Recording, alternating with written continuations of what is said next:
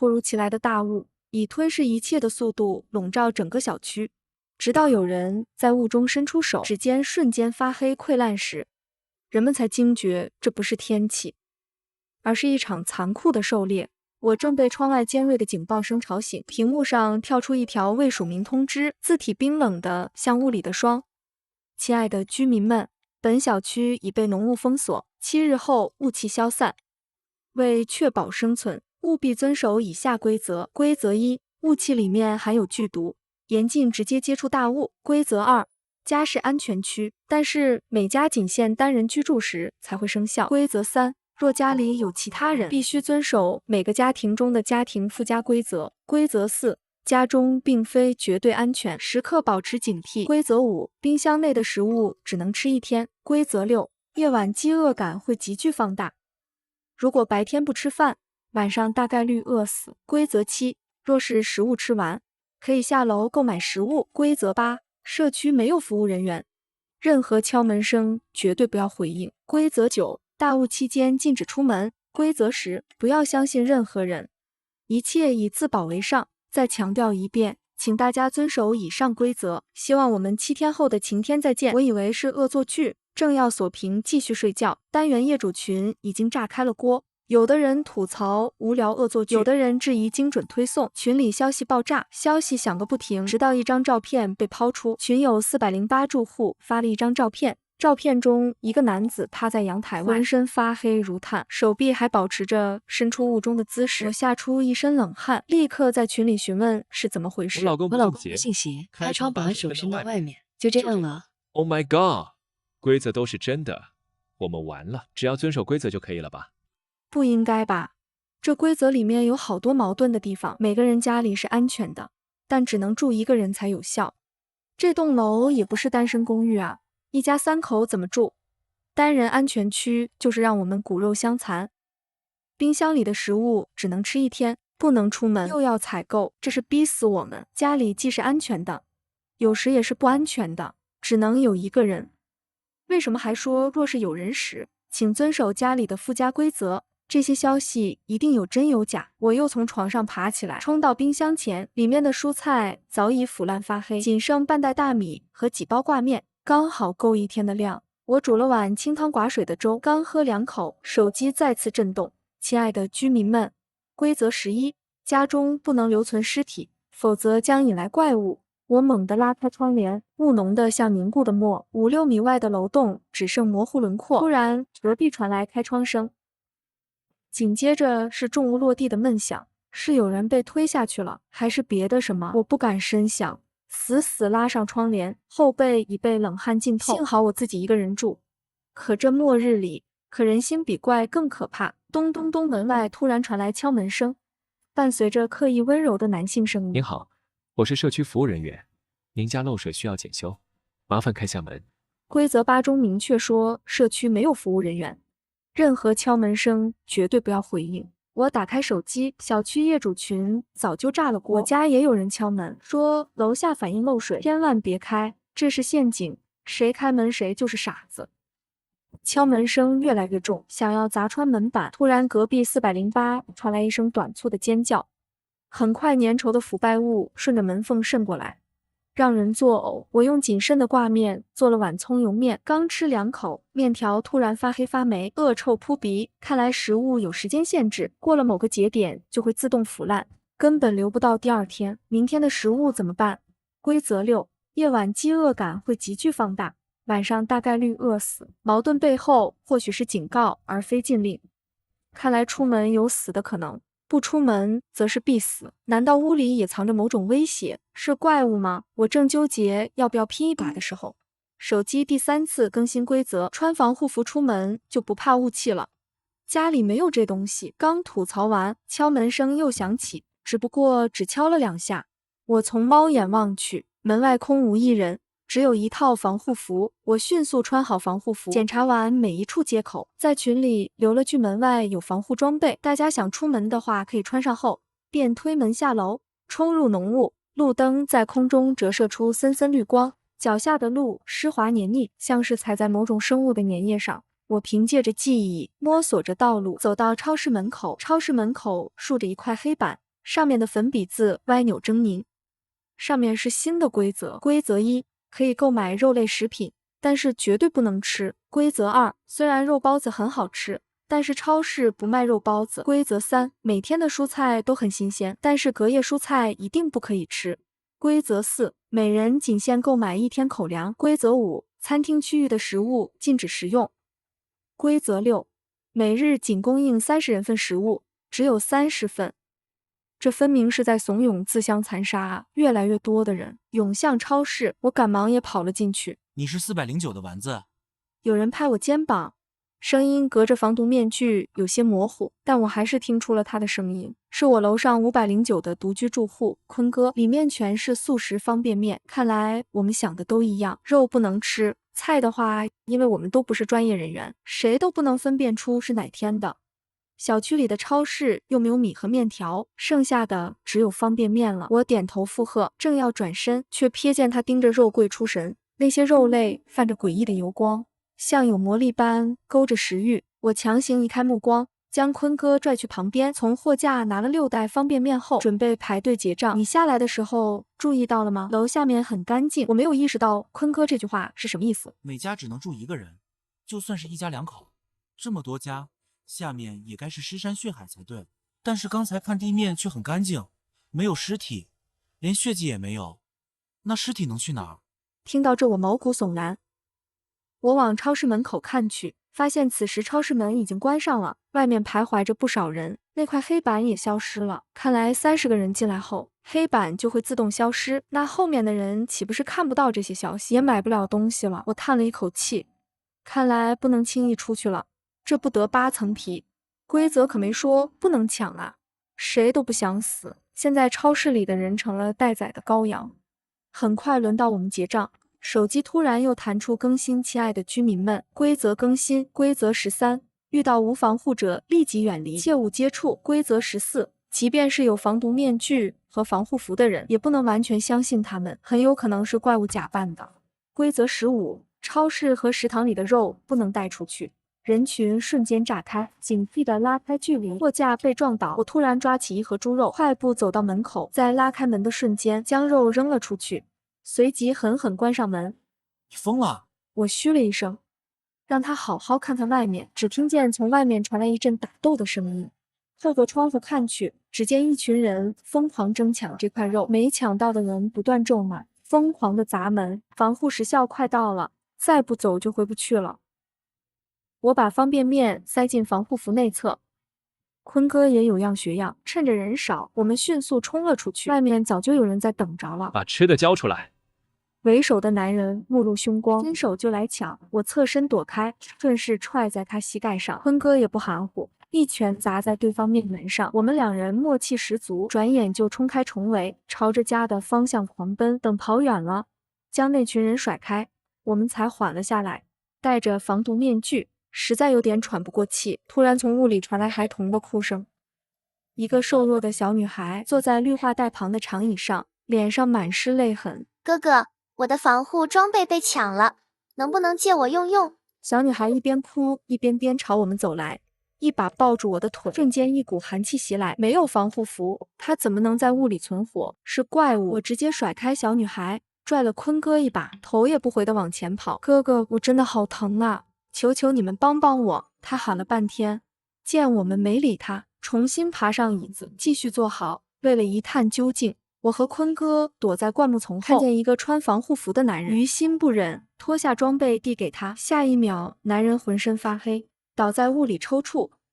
小女孩站起身，嘴角裂开，夸张的弧度扑上去啃噬起来。片刻后，男人只剩下一张完整的皮囊，小女孩像虫子般钻了进去。皮囊缓缓站起身，变成了男人的模样。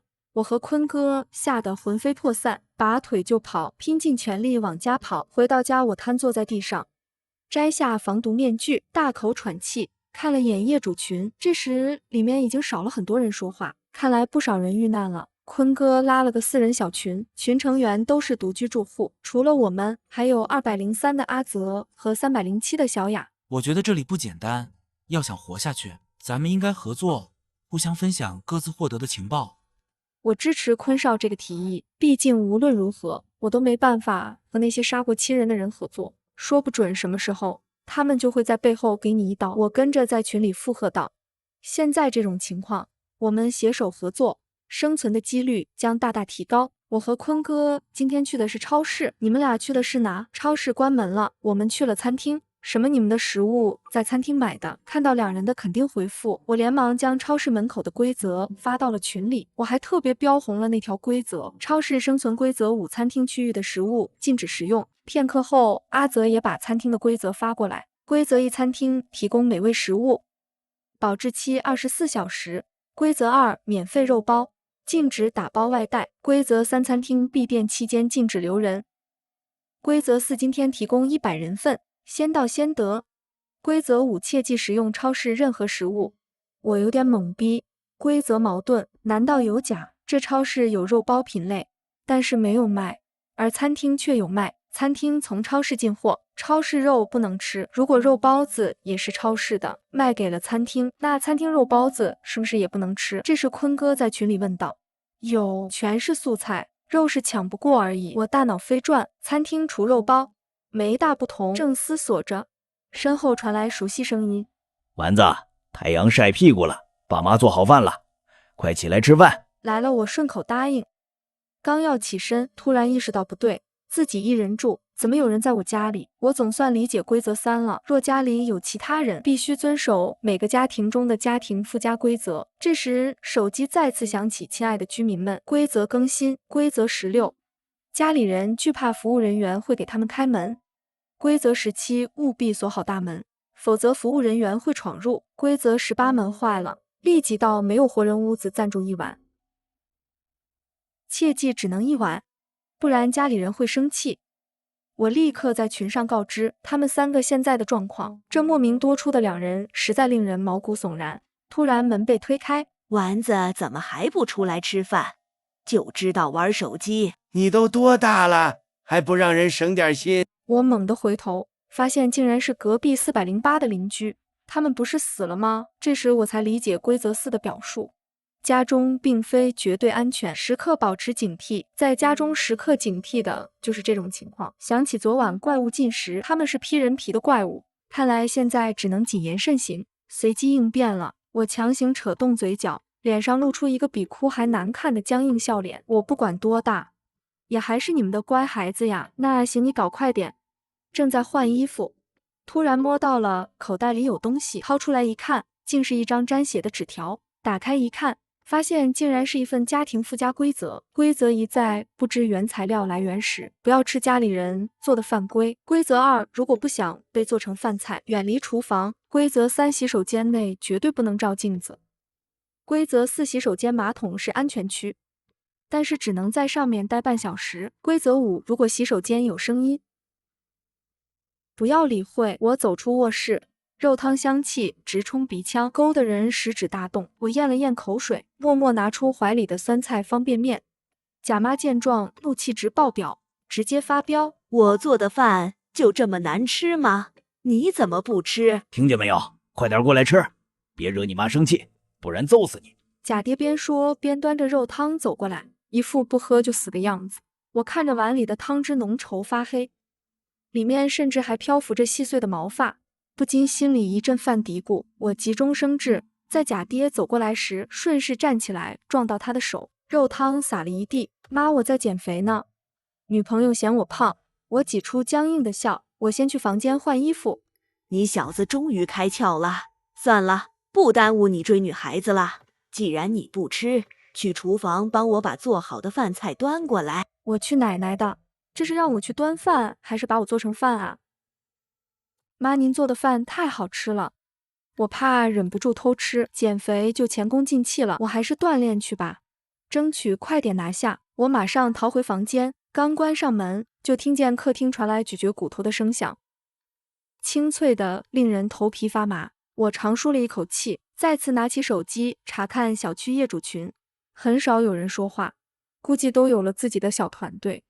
不过4人群里有未读消息：家人们，救命啊！老子母胎单身这么多年，今天给我整了一个男朋友，但问题是，老子是男的啊！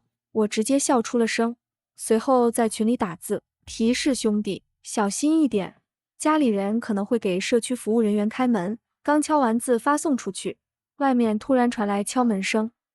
开门，楼下反映你们楼上漏水。完蛋，假爸假妈肯定要去开门了。我瞬间冲进洗手间，坐在马桶上假装玩手机，希望可以躲过一劫。听到大门被打开的声音，紧接着是凌乱的脚步声。片刻宁静后，厕所门被打开，一个社区服务人员拎着工具箱走了进来，然后蹲在洗手台下面开始维修起来。我突然想起来，家庭附加规则4洗手间马桶是安全区，但是只能在上面待半小时，在线等挺急的，他们要是半个小时不走怎么办？我家也是，不过我的是浴缸里，是安全的，我也只能待半个小时。一一对比他们发来的规则，虽然大同小异，但是有一条是相同的，就是在洗手间内绝对不能照镜子。但是怎么让他们主动照镜子，却始终没有头绪。时间一点点过去，转眼就只剩下5分钟，但是这个社区服务人员一点走的意思都没有。我壮起胆子，师傅，能帮我擦擦镜子吗？你说什么？社区服务人员猛地回头，一双猩红的眼珠子紧紧地盯着我。你怎么还不起来？听到这，我心脏瞬间提到了嗓子眼。我强装便秘人士，师傅理解一下，不照镜子我拉不出来，辛苦您帮我擦擦镜子。社区服务人员盯着我看了一会，起身在镜子上面擦拭。当镜面变得清晰的瞬间，他发出刺耳的尖叫，转身狂奔而出。镜子再次恢复雾蒙蒙的状态，直到外面彻底没了动静。我彻底松了口气，刚站起身，突然传来一阵诡异的声音：“照照镜子吧！”我连忙冲了出去。贾爹看到我出来后问道：“修好了吗？别让楼下又打电话投诉。”修好了，修好了。我嘴里应付着，身体却往大门方向靠近，却发现怎么也锁不上门。仔细一看，锁竟被破坏掉了，估计是被刚才那个社区服务人员撞坏了，看来得另外找个地方住一晚。隔壁邻居家应该可以，只是不知道有没有锁门。我看着贾爹腰间挂着一串钥匙，必须得想办法搞到手。如果他们也是怪物的话，厕所里的镜子应该也是有用的吧。我又返回洗手间，关上门照照镜子吧。那个声音再次响起，我有点犹豫。镜子朦朦胧胧的，为了保证自己的安全，我站在镜子旁，用手擦去雾。突然镜子里伸出一只手，手里拿着一张纸条。我慢慢的凑过去，发现镜子里面还是我自己，只不过里面的我闭着眼睛。我小心翼翼接过纸条，镜子再次恢复雾蒙蒙的状态。打开纸条，如果你能走到这一步，说明你的意识是清醒的。那么接下来你要记住真实规则。规则1：肉类是怪物的食物，素食可安全食用。规则2：如果门锁坏了，可以去门卫室找门卫，他会帮忙维修。规则3：镜子能揭穿怪物的伪装，怪物最惧怕镜子。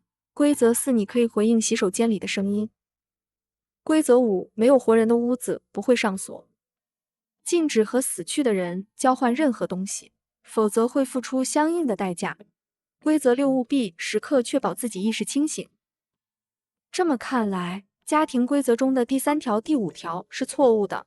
我第一次意识到动脑是多么痛苦。那些矛盾的规则都是为了混淆视听，逼我们犯错。但是这里说的也是真的吗？还是说这也是某种东西刻意混淆我们的手段？按照这个新规则推算，只有手机里发送的规则是正确的。餐厅、超市、家里的线下规则都与手机规则冲突，现在没办法，只能赌了。到了晚上，雾好像变浓了，我穿好防护服和防毒面具，迅速赶往超市。超市黑板上还是之前那几条规则，只有最后一条有点变动。规则6：超市只能提供20人的食物。还好我来得够快，不然就要饿死了。我迅速选完东西，发现和昨天一样，门口还堵着特别多人。鉴于昨天发生的事情，我决定在超市里苟一会，拿出手机，打开私人小群。你们有人是去餐厅的吗？那边规则变动了吗？我们去了餐厅，这边只提供50人的饭菜。现在荤菜30份，素菜只有20份。按照现在规则来看，如果肉类不能吃，那么餐厅能吃的东西跟超市这边一样，也是20份。坤哥在群里继续分析说，按照一天少10份的情况来看，第3天也就是明天只剩下10份，等到第4天可能就彻底断供了。如果真是那样的话，那我们必须在第4天晚上逃离这里。规则说大雾7天后就消散了，而且你们只是猜测而已，万一第4天晚上还供应呢？就算是真的，那该怎么离开呢？不要忘了，有的规则是错误的。你以为门卫会好心放我们离开吗？听到提起门卫，我突然想起一件事情。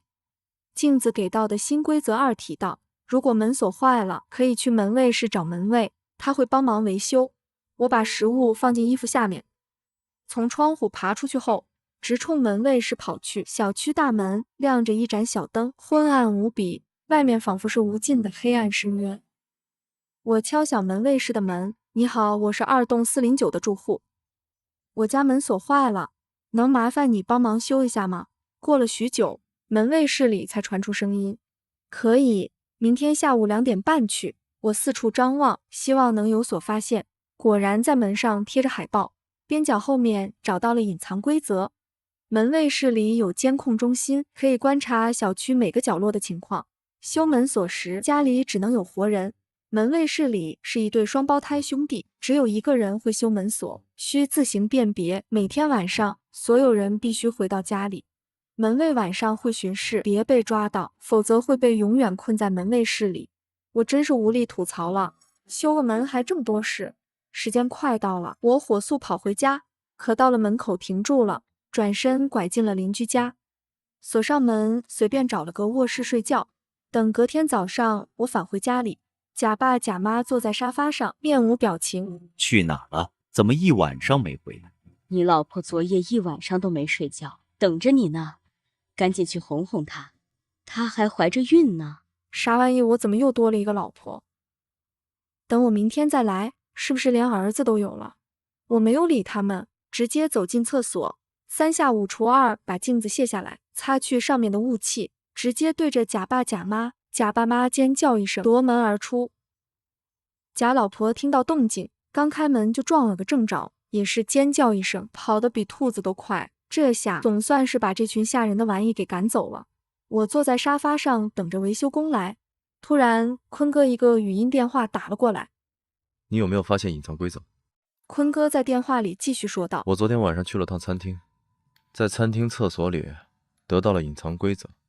1、餐厅厕所可以在晚上庇护居民；2、餐厅肉类都是在超市里买的，蔬菜也是，虽然超市里的菜不新鲜。3、餐厅不会在晚上营业期间关门，超市也不会。4、肉类有特殊的味道，餐厅不储存。5、白天所有人都在后厨忙碌，超市老板也会来帮忙。听坤哥说完后，我把自己从镜子和门卫室里得到的规则也同步给他。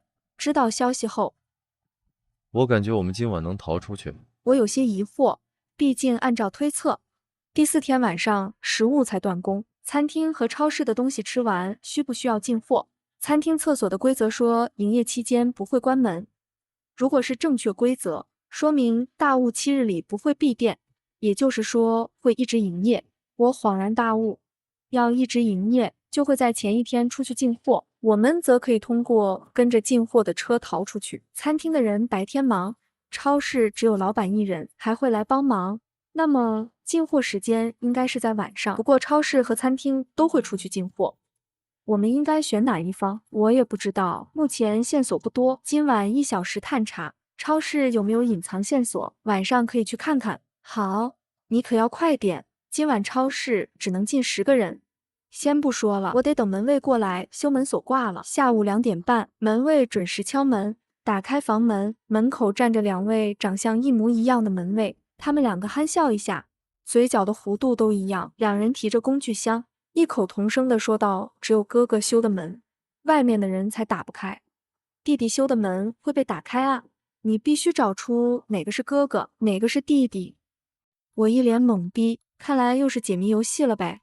父母偏爱弟弟，所以弟弟总是有用不完的螺丝刀。哥哥会挣钱，收入高，自己能买很多的扳手，不过外面的螺丝刀很贵，哥哥总是去找弟弟交换螺丝刀，但是哥哥比较贪心，总是拿用过的扳手交换，还顺走了不少螺丝钉。请问哪个是哥哥，哪个是弟弟？我有点云里雾里，看着他们一模一样的维修工具，毫无头绪。哥哥为什么要拿用过一次的扳手交换？是因为哥哥比较小气吗？他是哥哥，因为收入高，才戴得起大金链子、小金表。这兄弟俩也没说，对不对？只是表情略带着无语。被我指到的那位拿着工具，瞬间就把房门给修好了，然后两兄弟又瞬间在我眼前消失。我愣了一下后，把门关上，心里有点没底。这要是猜错了，就完犊子了。例行敲门排查。你好，楼下反映你们楼上漏水，开门核查一下。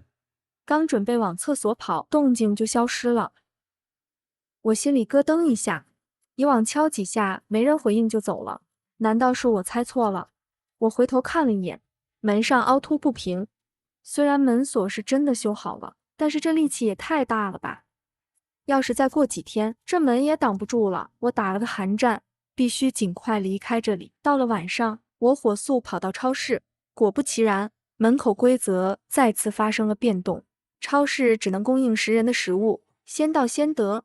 坤哥早早的就在门口等着我，看到我不断招手。你今天怎么这么慢？从维修工得到些什么？隐藏规则吗？我摇摇头，没有，只讲了个不知所云的故事。听完我的讲述，他也是愁眉苦脸的，线索不够，看来只能看看能不能找到超市里的隐藏规则吧。我们两个将超市转了一圈又一圈，正在不知所措之际，坤哥突然用胳膊碰了下我。我顺着看向老板面前的电脑，瞬间我明白了坤哥的意思。我拿出藏在衣服里的镜子照向老板，看到镜子，老板顿时浑身发抖，夺门而出，连店面都不要了。牛啊，大兄弟，我都没想到把镜子拆下来这种。边说坤哥一边看向电脑，桌面上放着进货表，5月21日250斤，22日540斤。看来晚上12点超市就会去进货。我俩对视一眼，满脸欣喜，我们应该可以出去了。要不要把消息告诉另外2个人？说吧，要是信就一起走，不信就算了。坤哥点点头，随即我们便把逃出去的计划和方法发在群上，尽量劝说他们一起离开这里。不过没有得到回复，那2人还是没来。防护时间只剩下20分钟。这时群里也发来消息，谢谢你们的好意，我觉得还是等7天后大雾消散时比较安全。我在餐厅得到了隐藏规则，超市和餐厅都不会闭店，现在还有时间，你们如果想回来的话还来得及。我也得到了隐藏规则，闭店期间不仅餐厅不能有人，超市也不能待，不然会被门卫室里的人抓走，生死有命，富贵在天，祝我们好运。我和坤哥还是想再争取一下，但是最终还是被2人拒绝了。没办法，今晚我们2个决定放手一搏。临走前，我们检查了下电脑，看看还有没有其他线索。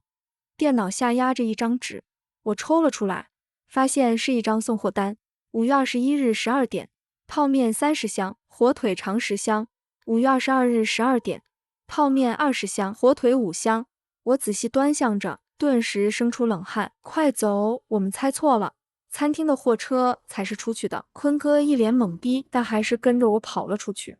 我边跑边解释，那超市里进菜会进一些不新鲜的吗？坤哥还是懵逼的状态，我只好继续解释。今天从那2个维修工讲的话，我一直在想，他们肯定也遵循着某些既定的规则。拿餐厅和超市对比，这2个相当于哥哥和弟弟的关系。餐厅可以看作是哥哥，那么扳手就类似于蔬菜。而弟弟是超市，螺丝刀则是肉类。父母偏心弟弟，总是给弟弟螺丝刀，而哥哥只能出去买扳手。就是在说，在小区里死去的人都会被做成怪物的食物，然后配送到超市里。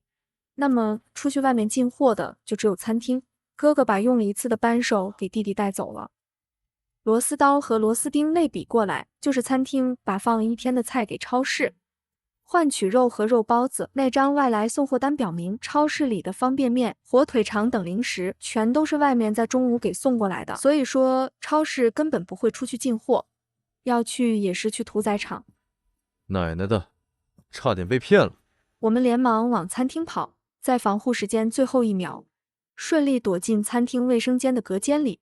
每个隔间里面都有一套新的防护服，我们2个躲在里面，大气不敢出。终于，外面的喇叭声打破了寂静。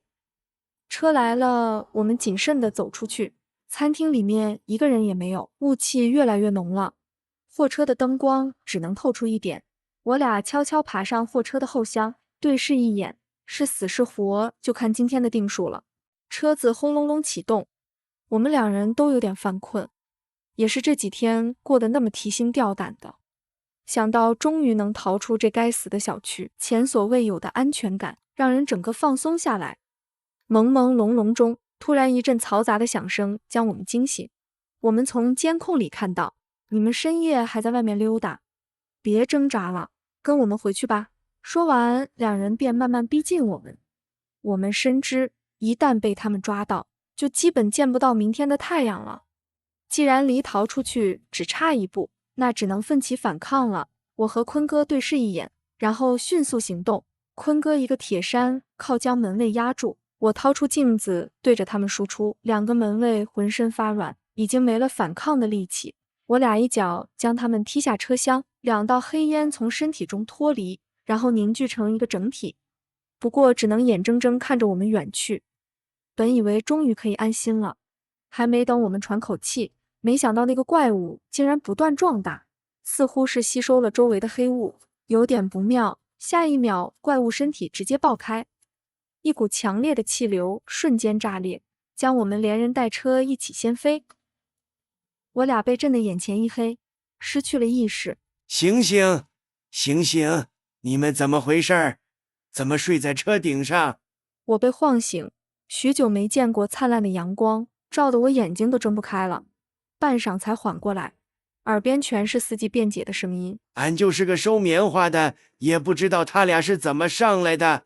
俺真的没有违规拉人啊，俺都是30多年老司机了，不会连这点法律意识都没有的。我和坤哥对视一眼，欣喜若狂。出来了，我们活下来了。我们解释说，我们喝醉了，有点模糊，什么事都不知道。反正这事说出去也没人会信，反倒会被当成神经病。随后我打了个出租车回家。出租车司机听到我要去的地方，有点惊讶。那里前些天可是出了重大事故的，都上新闻了。整个小区天然气管道严重老化，发生泄漏爆炸，伤亡很是惨重，基本无人生还。里面该不会有你们的亲人吧？节哀年轻人，我和坤哥都愣住了。那我们前几天经历的是怎么回事？就算是做梦，也不可能2人同时做一样的梦吧？不过无论是大雾还是事故，至少我们逃出来了。